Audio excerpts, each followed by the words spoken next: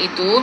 Dan jam 10.14 itu berarti diongongkan jam 11 ya, jam 11:15 itu ibu itu meninggal dunia. Jadi rencananya bapak ke Hongkong ini tuh cuman untuk nengokin istrinya.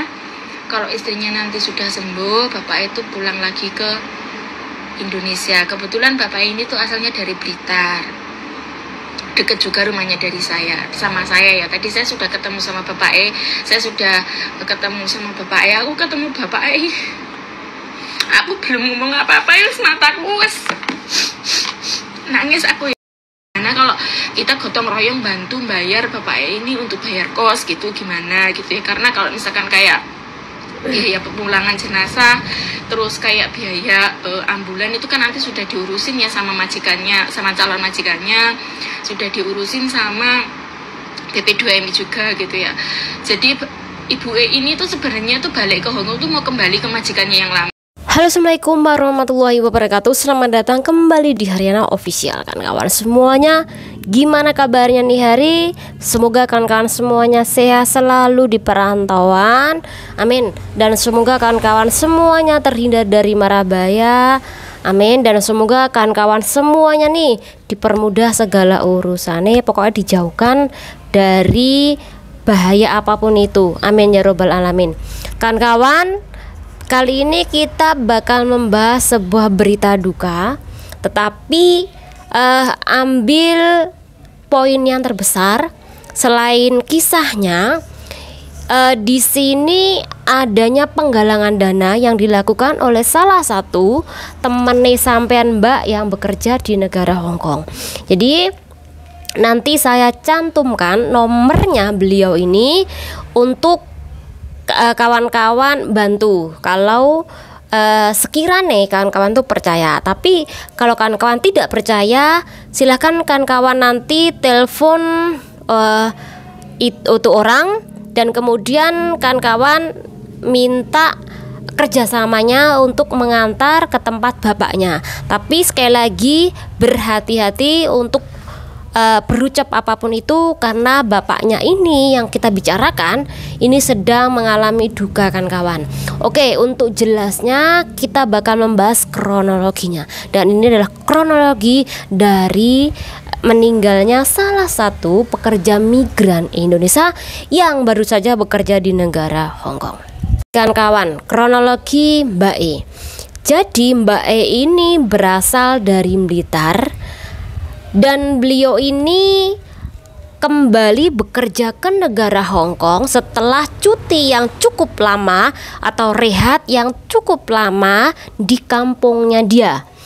Dan kemudian karena kesepakatan antara majikan sama Mbak E ini untuk menjalin kerjasama kembali, akhirnya mbaknya ini bekerja kembali ke negara Hongkong di majikan yang lama kan kawan. Proses lah dari pengajuan visa, tanda tangan kontrak kerja, akhirnya tanggal 9 Juni 2024 Mbak E ini turun visa, dan hari itu mbaknya berangkat ke negara Hongkong. Setelah tanggal 9 Juni mbaknya ini berangkat ke negara Hongkong, tiba-tiba tanggal 10 Juni jam 4 pagi ya, 10 Juni 2024 jam 4 pagi Mbak E ini mengalami kejang-kejang, kemudian tidak sadarkan diri.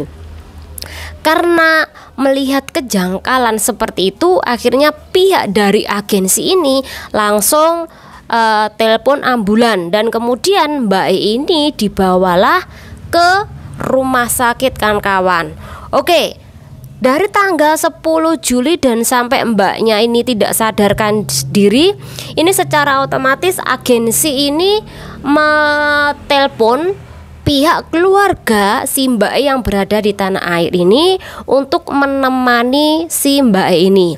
Maka tanggal 10 Juni pihak dari agensi telepon ke keluarga mbaknya ini, dan di situ suaminya dia ini sepakat untuk menemani istrinya di rumah sakit, berharap kalau sudah dijenguk kemudian ditemenin, berharap banget nih istrinya ini bakal sembuh dan kemudian kembali bekerja di negara Hong Kong dan kemudian suaminya pulang kembali lagi ke Indonesia.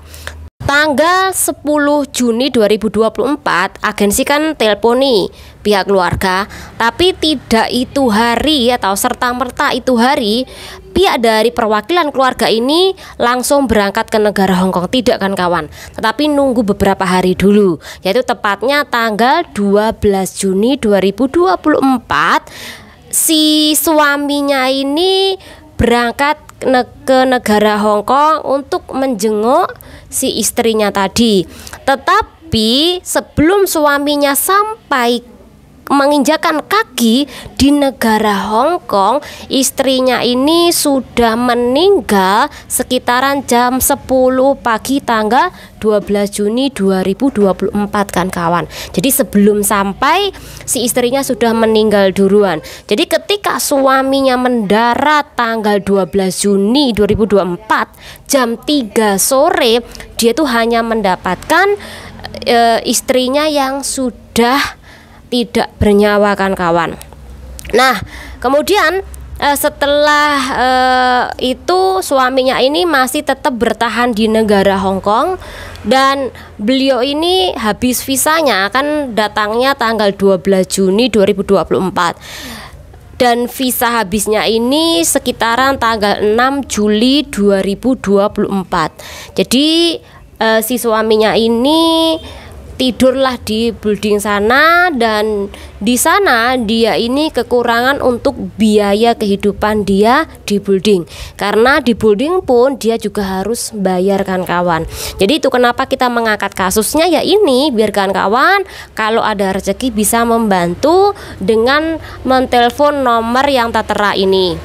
Dan saat ini suaminya masih berada di Hong Kong dan suaminya ini belum pengen kembali ke kampung halaman karena dia ini pengen menemani proses pemandian istrinya yang berada di negara Hong Kong dan pengennya ini nanti pulang bareng dengan jenazah istrinya kan kawan.